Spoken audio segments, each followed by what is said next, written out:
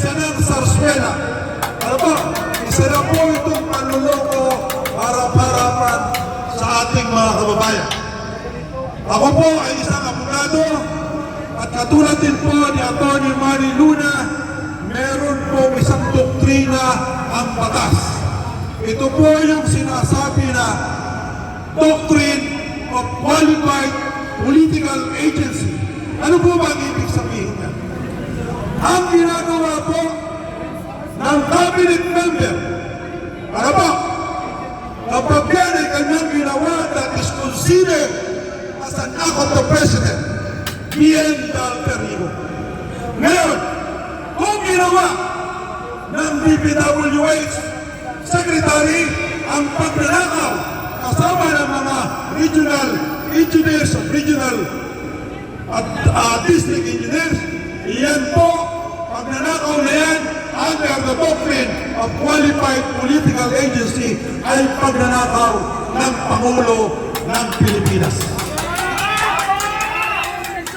So, hindi na po ako magpapakahaba sa aking sasabihin. Uulitin ko na lamang sa inyo, mga mahal kong kababayan, sama-sama natin iinit ng katarungan ang mga mamamayang Pilipino na nasawi. Ano po?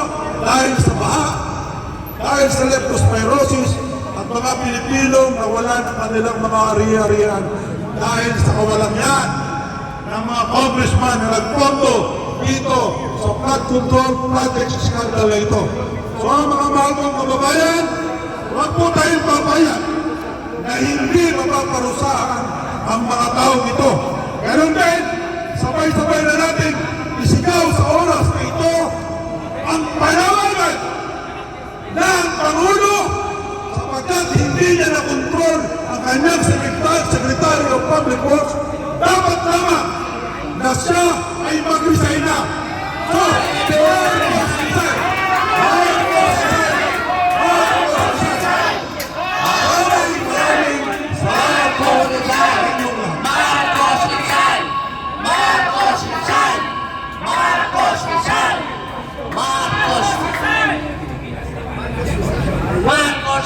Si Manny Luna, Atty. Karim, pakinggan natin Yusik Ben, ang boses ng pakikipagkaisa mula naman sa hanay ng tripo at pamayanang katutubo, missionary for the indigenous people.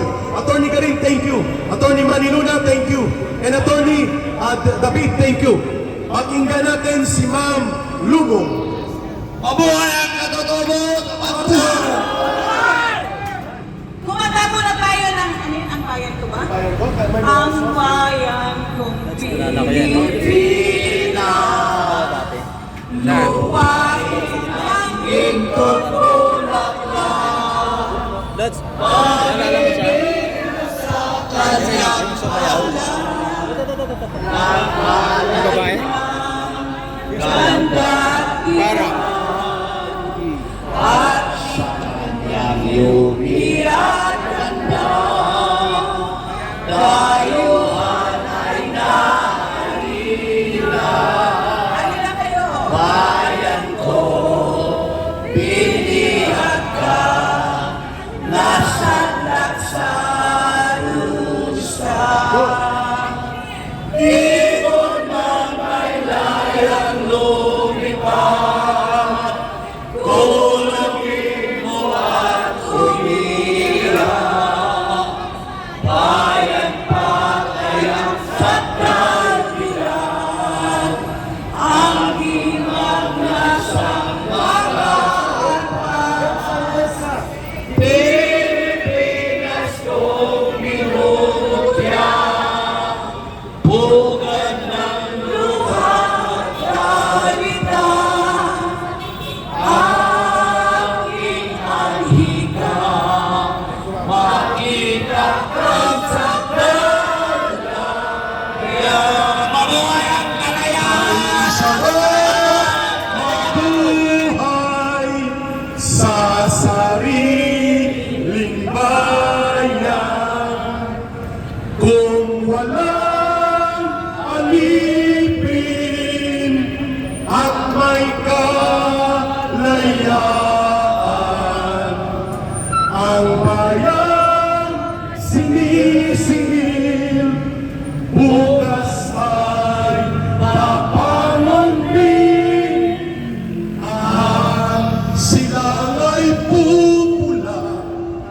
timyas ng paglaya.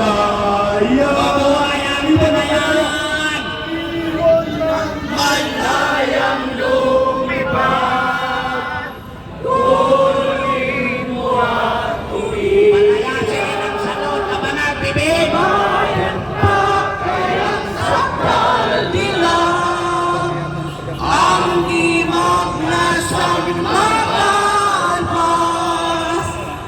Pilipinas tumimumutya. Ugat ng luha at dalita.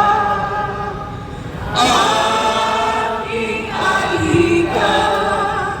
Makita kang sakalaya.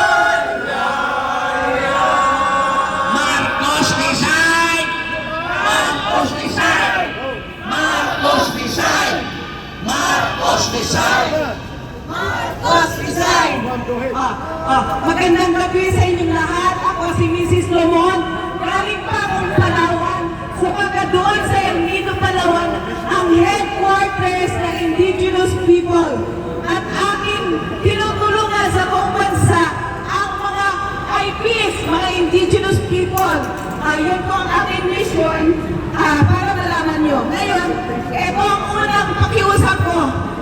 President Marcos, naging Pangulo na rin kayo. Pabayaan niyo na po sa aming mga tao ang pagmaris ng bayan.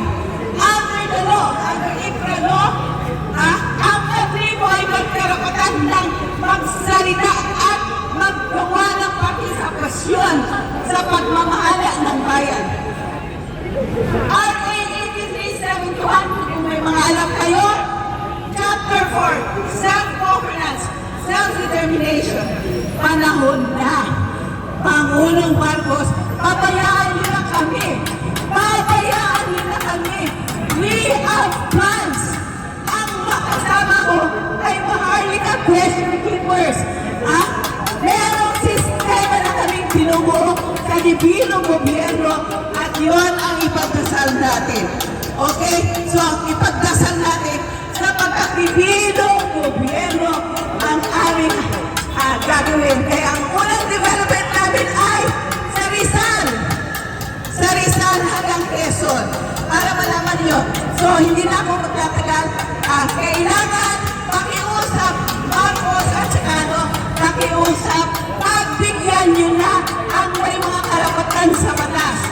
May karapatan sa batas. Kami ay mga indigenous peoples, Luzon, Visayas at Mindanao.